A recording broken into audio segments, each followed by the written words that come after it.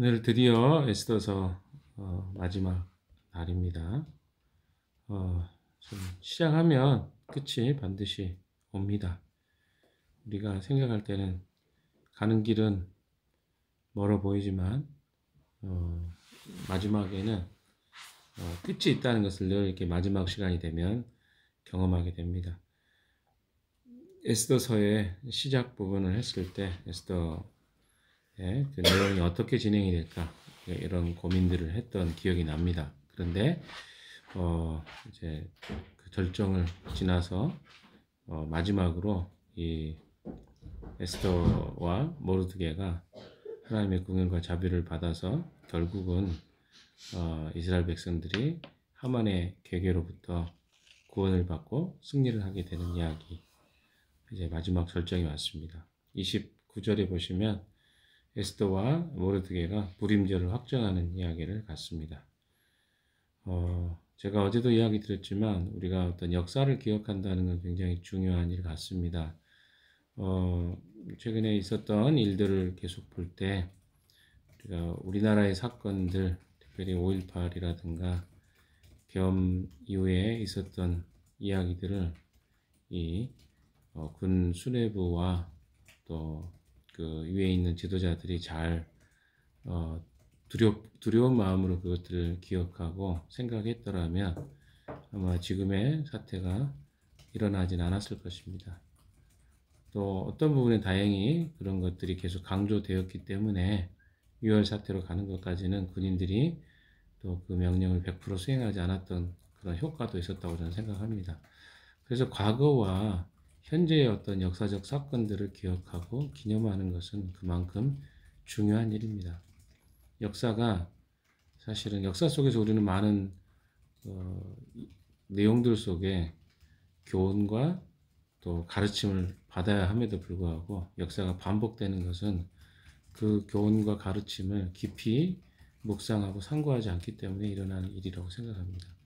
에스더가 아마 이 불임절에 대한 그 명절로서의 유대인들에게 이것을 기억하게 하고 특별히 페르시아 왕국 안에 살고 있는 유다 백성들이 그것을 따르게 했던 것은 바로 이런 의미가 있었다고 생각합니다.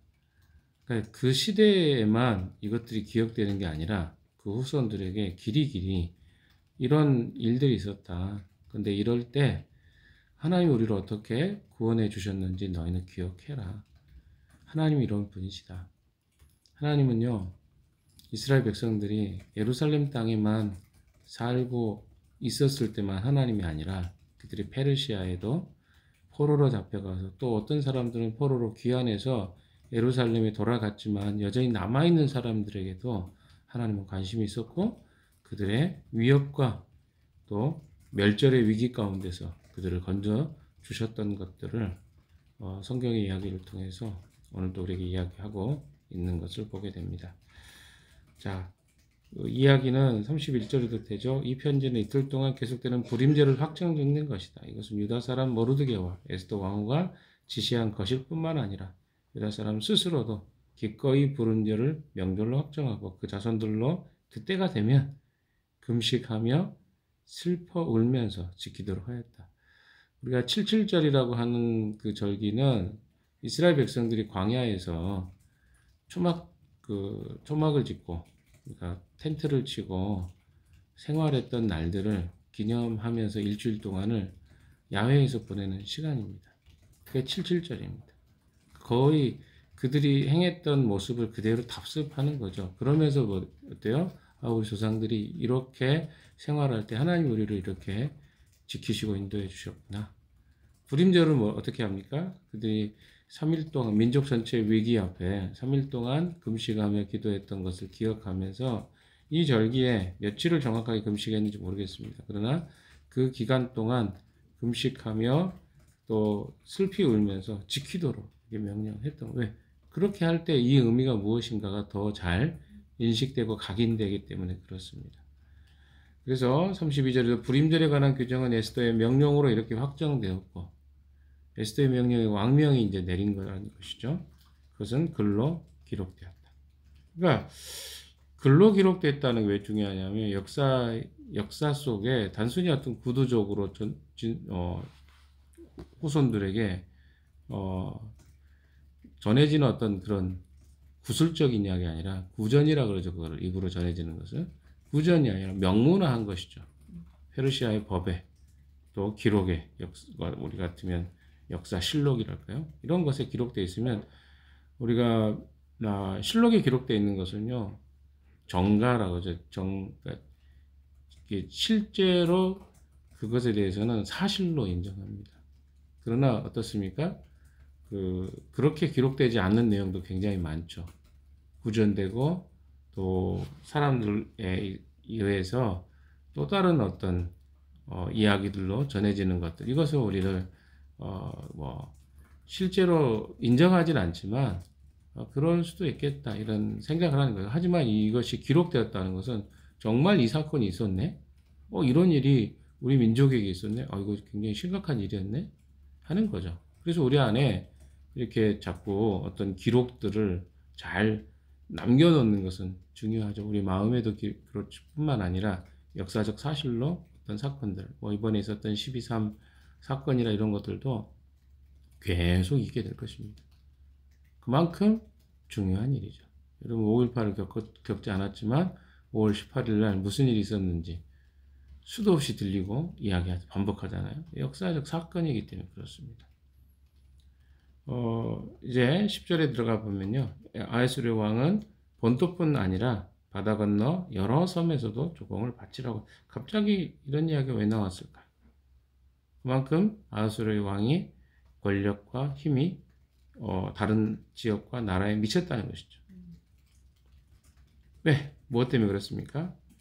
모르드게 때문에 그렇습니다. 모르드게가 총리로 있을 때 이런 영향력들이 나타났다는 것을 이야기하고 싶은 것이죠. 2절에 그가 막강한 힘과 권력을 가지고 이룬 모든 업적과 모르드게에게 높은 벼슬을 주어서 영화롭게 한 모든 내용이 메대와 페르시아의 왕조 실록에 기록되어서 전하여옵니다. 모르드게의 통치와 권력에 의해서 아하수르의 왕 역시 번영을 누렸다. 이런 이야기죠. 3절 다 같이 마지막으로 읽어봅시다. 시작.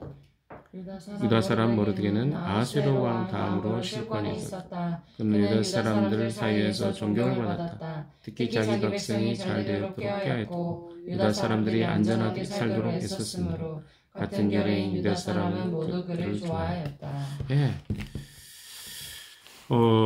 마지막 이 내용들 속에 그를 통해서 하나님과 그의 백성들이 어떻게 구원을 받고 어떻게 그들이 이 이방 땅 특별히 포로로 있으면서 포로의 삶을 살면서도 평안한 삶을 누리게 되었는지를 보게 됩니다. 모르드게는 누가 세웠습니까? 하나님이 그를 총리로 세우신 것이죠. 그가 어떤 능력이 있어서 물론 어떤 능력이 있었겠죠. 능력이 없는 총리가 될 수는 없겠죠. 그러나 그 자체보다 하나님의 은혜와 자비와 긍휼이 그를 그 자리에 앉게 하셨고 그것이 곧 이스라엘 백성들을 궁극적으로 구원하게 하신 것이죠. 근데 이 사건의 내용들을 다시 한번 정리해 보면 에스더가 모르드게의 이야기를 듣고 나서 했던 결단이 있었습니다.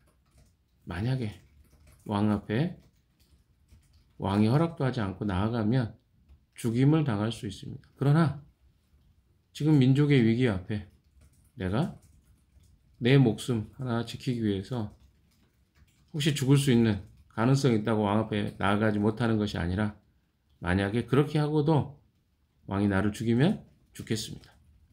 그게 믿음이죠. 3일 동안 금식하고 이스라엘 민족 전체가 함께 금식하고 민족 멸절의 위기 속에서 선택한 거죠. 위기가 없는 걸 선택이라고 하지 않습니다. 선택이라는 것은 위기를 감안하는 거죠. 그 선택을 믿음으로 했다는 거죠. 그럴 때 이스라엘 민족 전체가 구원을 받게 되었습니다. 죽음에서 건짐을 받게 된 거예요. 이게 불임절의 기원입니다. 주사위를 던졌다 그랬죠. 그래서 이 결정된 날짜가 아달월 13일이었습니다. 이 주사위의 주권자가 누구입니까? 이스라엘 백성들은 과거에 주사위를 던졌습니다. 하나님의 뜻을 구할 때도 주사위를 던졌습니다. 오늘날도 그것이 그렇게 통하느냐, 그건 좀 다른 문제입니다. 그러나 과거에 이스라엘 백성은 하나님의 뜻을 구할 때 이런 방식을 선택했습니다. 제비를 뽑는다든가 주사위를 던진다든가 이걸 통해서 하나님의 뜻을 구했던 것을 보게 됩니다. 주사위가 오늘날의 모습은 아니었을 겁니다. 왜냐하면 날짜를 정했기 때문에 육각형 형태가 아니라 굉장히 다양한 형태였을 것 같아요. 그래서 그런 것을 통해서 하나님이 역사하신 것이죠. 우리는 우연이라고 생각하는 어떤 사건들 속에 얼마나 하나님이 많은 간섭을 하고 있는지 모르겠습니다. 내가 뉴스를 요즘 많이 보고 있는데 뉴스가 제일 재미있는 것 같아요. 요즘에는. 뉴스 속에 참 놀라운 사실 하나가 있었습니다. 특전사들이 그날 48분이 늦었어요. 국회의사당에. 근데 거기에 이유 중에 하나가 날씨가 안 좋았다고 합니다. 기상 때문에. 네. 헬기가 뜨는데 또 오는데 장애가 있었습니다. 이건 우연인 것 같아요. 날씨가 안 좋아서. 네. 그것도 역시 여러 가지를 다 생각해 보세요. 하나하나 생각해 보면 시민들이 달려오는 것도 그렇고 국회의원님들이 담을 넘어가는 것도 그렇고 경찰들이 잠깐이지만 길을 터준 것도 그렇고 이렇게 헬기가 뜨는데 48분이나 장애가 될 만큼 날씨가 안 좋았다는 것도 그렇고 여러 가지 내용들이 하나님이 간섭하셨다고 저는 생각합니다. 여러분 우연이라는 게 없어요. 우리 인생에. 사고가 났는데 우리 지체들도 그렇잖아요. 사고가 났는데 우연히 차 뒤를 받았다고 생각하시나요? 그 다 세상 사람들이 생각하는 방식이에요. 그러니까 이게 우연이 없는 거예요. 우리 삶에는. 하나님 간섭하시고 인도하시는 것이 우리 인생입니다. 그러니까 우리는 조금만 까딱하면 쑥 넘어가는 거고 까딱만 잘못하면 우리 인생은요 괴로움과 고통의 인생이 되는 거예요. 하나님이 거기에 얼마나 간섭하고 있는지 아십니까? 그것이 바로 하나님의 심판자로서 이 세상에 하나님이 간섭하고 계시다는 것을 보여주는 것입니다. 에스더서는 그런 내용입니다. 오늘 많은 사람들이 하나님의 존재에 대해서 하나님이 정말 계실까? 이런 이야기를 합니다. 하나님이 계신 걸 입증해 봐라. 이렇게도 이야기합니다. 하지만 성경은 하나님이 계시다라는 것을 증명해 주는 책이 아니에요. 그냥 성경은 뭘 기록합니까? 하나님이 살아계심을 전제로 이야기하고 있을 뿐입니다. 자꾸 사람들은 하나님이 왜 여기에다 이런 걸 기록 안 했을까? 자기가 원하는 호기심을 하나님이 기록한 게 아니라 하나님은 이미 성경 안에 하나님의 존재하심을 전제로 어떤 이야기들을 하고 있기 때문에 그것이 우리에게는 의심과 의구심을 갖는 내용들로 가득 차 있을 수 있죠. 하나님이 눈에 보이지 않지만 존재하신다는 것을 하나님은 곳곳에서 우리에게 이야기하고 있습니다. 그래서 많은 사람들이 하나님은 종종 존재하지 않는 것처럼 이야기하곤 합니다. 에스더서 안에서도 하나님에 대한 이야기가 한마디도 나오지 않아요. 이 이야기에서는 하나님의 이름이 언급되지 않고 있습니다. 어렴풋이로도 암시하고 있지 않습니다. 하지만 하나님은 가장 멀리 계실 때조차도 우리와 함께 하신다. 이 사실을 여러분 기억하십시오. 에스더서 안에서 하나님이 행하시는 역할의 독특성은 그분이 우리의 가장 평범하고 일상적인 삶의 연속성, 그 삶 가운데 하나님이 일하고 계시다는 것을 보여주는 이야기가 에스더서입니다. 우리의 삶의 일상적이고 애기치 않은 삶의 곳곳에서 하나님은 우리에게 반응하시고 우리에게 이야기하시며 동행하고 계신 것을 경험하는 것, 그것이 저는 그리스도인의 삶이라고 생각합니다. 기도하는 사람들은 그것을 경험합니다. 기도하지 않는 자들은 하나님 일하고 계신 것을 알지 못하는 것이죠. 눈에 보이지 않지만 심오하게 일하고 계시는 하나님. 성경의 곳곳에 그것을 이야기해 주고 계십니다. 여기 에스더서의 저자는 이 이야기들을 통해서 하나님이 자신의 창조 세계 속에서 역사하고 계시고 일하고 계신다는 것을 가르쳐주고 싶어 했던 것 같습니다. 그래서 하나님이라는 단어를 한 번도 안 썼지만 그 배후에 일하고 계신 하나님을 은근히 보여주고 있는 것입니다. 에스더서는 은밀히 하나님께서 하나님의 섭리를 행하고 계시는 것에 내용들로 가득 차 있습니다. 이걸 우리는 섭리라고 이야기합니다. 하나님이 일하신 흔적이 곳곳에 있죠. 아까도 이야기했지만 삶에 우연은 없습니다. 우리가 우연이라고 간주했던 모든 사건들은 하나님의 창조물 가운데 일하고 계시는 흔적이라고 할 수 있겠습니다. 사건의 전개들을 한번 잘 기억해 보십시오. 에스더서에 있었던 이 하만이 가지고 있었던 계획, 그것이 진행됐을 때 어떤 일들이 일어났을까? 실제로 그것은 치명적이었습니다. 뭐 바로가 했던 일이나 하만이 했던 일이나 같은 일이죠. 또한 신약으로 와보면 헤롯이 예수님의 탄생 때 했던 일들 보십시오. 2세 이하의 아이들을 다 죽이지 않습니까? 뭐 그런 일들 생각해 보면 언제나 그런 위협들은 늘 있었습니다. 그러나 하나님은 에스더를 지키셨고 모세와 그 백성들을 지키셨으며 또 예수님이 태어났을 때 그를 이집트로 옮기셨죠. 베들레헴에서. 그리고 나중에 나사렛으로 옮기십니다. 이런 이야기들을 다 들어보면 이게 우연이 없다는 것을 보게 되죠. 또한 하나님의 백성은 하나님의 보호 가운데 반드시 마지막 날 승리하게 될 것을 암시해 주고 있습니다. 하나님은 궁극적인 승리자이십니다. 요한계시록에 이런 것들이 곳곳에 묘사되어 있죠. 마침내 하나님이 이기신다. 요한계시록 17장 14절. 그래서 에스더 이야기에서 하나님 백성은 이 같은 승리의 기쁨을 맛보게 됩니다. 에스더서뿐만 아니라 곳곳에서 이 그리스도의 십자가가 죽으심을 통해서 확보되었고 또 예수 그리스도의 십자가는 원수를 이길 수 있는 근간이 되었다. 이런 것들이 골로새서 2장 15절 등등 이야기하고 있습니다. 그러니까 우리의 승리의 이유는 예수 그리스도의 죽으심과 하나님의 보호와 인도하심이라는 것입니다. 결론을 좀 지어 보겠습니다. 에스더서는 하나님의 은혜와 섭리, 자비, 긍휼, 하나님의 통치, 다스림 이런 모든 것들이 다 들어있는 책이라고 생각합니다. 여러분의 삶 가운데 하나님이 어떤 통치를 하고 계십니까? 여러분의 삶 가운데 하나님은 어떤 긍휼과 자비와 은혜를 베풀고 계십니까? 하나님은 그런 분이십니다. 에스더서가 우리에게 멀리 있는 것 같은 느낌이 들 것입니다. 2400년 전에 기록되었던 내용이기 때문에 그럴 수도 있습니다.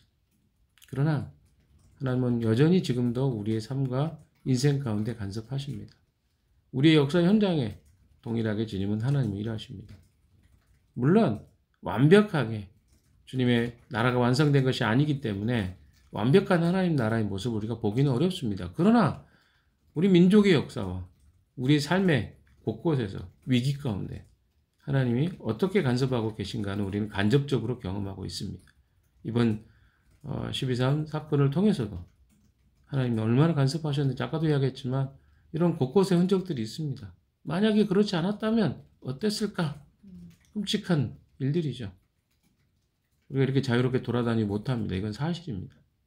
왜? 곳곳을 군인들이 통제했을 것입니다. 실제로 양구 군청이죠. 거기가 제일 먼저 계엄군들이 점령했더라고요. 양구의 군청에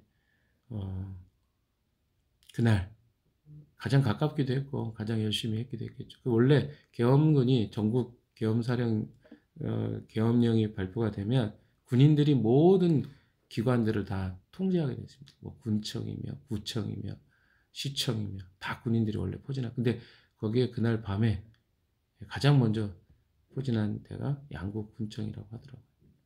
실제로 계엄군이 갔습니다. 거기는 빨리 간 거죠. 생각보다. 거기는 빨리 이제 진행이 될 줄 알고 했는데, 그 뭐냐면 하나님이 곳곳에 간섭하시고 다시 이야기하면 그곳에 다 군인들이 통치하는 세상이 됐을 거예요. 전국을 다 그렇게 한 거죠. 그런 계획이 있었습니다. 그러니까 이거 하나님의 손길이었어요. 그걸 우리가 기억하셔야 돼요. 그러니까 내 삶에 하나님이 간섭하고 있다는 생각을 우리가 못하면 안 됩니다. 곳곳에 간섭하고 있습니다. 하나님의 나라를 통치하는 것도 하나님이 하십니다. 한 사람의 이상한 사람이 우리 민족을 함부로 할 수 없어요. 왜? 하나님 통치하시기 때문에 그렇습니다. 저는 기억하십시오. 내 인생에도 그런 하나님이 나를 인도하신다는 사실을 기억하시고 오늘 하루도 그 주님과 동행하는 여러분 되시기를 주님의 이름으로 축원합니다. 기도합시다.